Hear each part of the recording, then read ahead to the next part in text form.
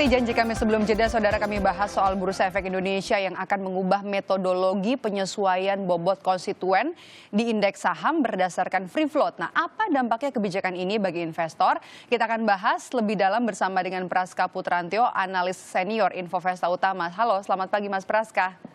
Ya, halo, selamat pagi Mbak Meta. Mas Praska, langsung aja nih ya, karena banyak investor baru di pasar modal, bisa dijelaskan nggak sih terlebih dahulu apa sebenarnya sistem free float itu di Bursa Efek Indonesia?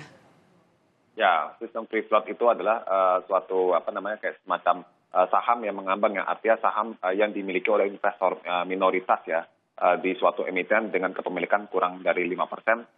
Yang dapat, di mana saham tersebut juga dapat diperdagangkan secara aktif, sehingga free float itu bisa dikatakan sebagai suatu kepemilikan, maksud saya persentase minimum saham yang harus ada di publik, dicatatkan di bursa, dan juga itu aktif diperdagangkan oleh para investor retail, termasuk juga pada para trader seperti itu. Nah, apa pentingnya sistem ini untuk bursa dan juga untuk para emiten? Ya, bagi Bursa Efek sebenarnya dengan free float ini semakin meningkatkan likuiditas ya dari suatu saham dari perusahaan publik ya atau emiten di Bursa Efek, sehingga investor itu bisa semakin tahu mana saham-saham yang tidak hanya berkapitalisasi besar tapi juga sahamnya bisa aktif ditransaksikan seperti itu. Nah, selain itu juga bagi Bursa Efek juga bisa membuat suatu perhitungan indeks yang lebih wajar ya, lebih real, karena memang saham ini benar-benar mencerminkan pada kapitalisasi yang liquid di pasar, tidak hanya tergantung pada kapitalisasi yang aktif maksudnya kapitalisasi yang besar berdasarkan harga sahamnya saja, seperti itu. Nah, kalau gitu dengan sistem kalau buat emiten, Mas Praska? Untuk emiten sendiri saya rasa di sini lebih meningkatkan exposure-nya ya kepada masyarakat, karena dia dengan meningkatkan free float-nya, artinya jumlah saham yang dapat diperdagangkan oleh investor retail terutama ya, itu semakin banyak dan membuat harga sahamnya ini menjadi semakin liquid seperti itu. Nah, oke. Kalau gitu dengan adanya sistem free float ini, apakah nanti kemudian ada perubahan untuk investor yang mau berinvestasi di pasar modal? Ya, sebenarnya tujuan dengan peningkatan free float ini untuk meningkatkan likuiditas ya di pasar saham, seperti tentu saja bagi investor yang hal yang menguntungkan adalah saham ini bisa menjadi semakin liquid seperti dari suatu emiten. Namun secara teknis perdagangannya tentu saja tidak ada perubahan ya, karena di sini tidak menyangkut lebih ke masalah teknis dari sisi perdagangan seperti halnya fraksi harga saham seperti itu.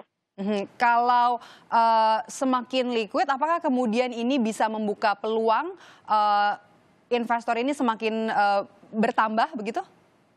Ya, tentu saja ini yang menjadi harapan ya, bagi Bursa Efek ya, karena dengan meningkatkan likuiditas dari suatu emiten, sahamnya yang diperdagangkan semakin besar exposure-nya, free float-nya ini bisa menambah investor, terutama investor institusi ya, yang mana mereka bisa memiliki saham-saham yang tidak hanya berkapitalisasi besar, namun juga liquid dan bisa ditransaksikan secara aktif di pasar saham.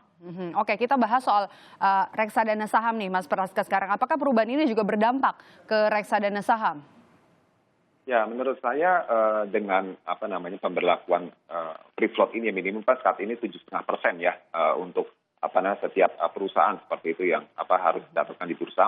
Nah, ini bagi manajer investasi, dia tentu saja bisa melakukan rebalancing ya terhadap bobot atas investasi saham-saham dalam portofolio mereka, karena nanti dengan penerapan perhitungan yang baru ini per Juni 2021 hingga Mei 2022 tentu saja ini akan merubah struktur bobot market kapitalisasi dari setiap saham di suatu indeks. Nah, yang mana ini akan mempengaruhi dari manajer investasi sendiri dalam hal dia ingin meracik portfolio, biasanya kan akan merujuk pada market cap-nya, dan dengan ada market cap yang disesuaikan saat ini, nanti ke depannya tentu saja akan ada rebalancing yang tentu saja berpengaruh pada strategi mereka, terutama untuk reksadana saham berbasis indeks dan ETF.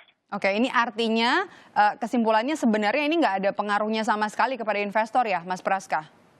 Ya, secara teknis tidak ada pengaruhnya, karena investor justru merasa lebih diuntungkan karena saham itu semakin lebih liquid, dan fluktuasinya dengan adanya free float yang lebih besar ya, ini juga mengurangi volatilitas yang tinggi dari suatu perdagangan saham di suatu emiten. Dan bagi emiten sendiri juga rencananya dengan peningkatan free float ini juga akan mendapatkan insentif pajak ya berupa penurunan PPh ya 3% di bawah PPh pada umumnya dan saat ini masih hanya berlaku pada free float yang di atas 40% seperti itu. Nah ini kan rencana akan dikenakan juga diterapkan pada yang di bawah 40%, artinya nanti juga akan mendorong semua emiten untuk menaikkan free float-nya.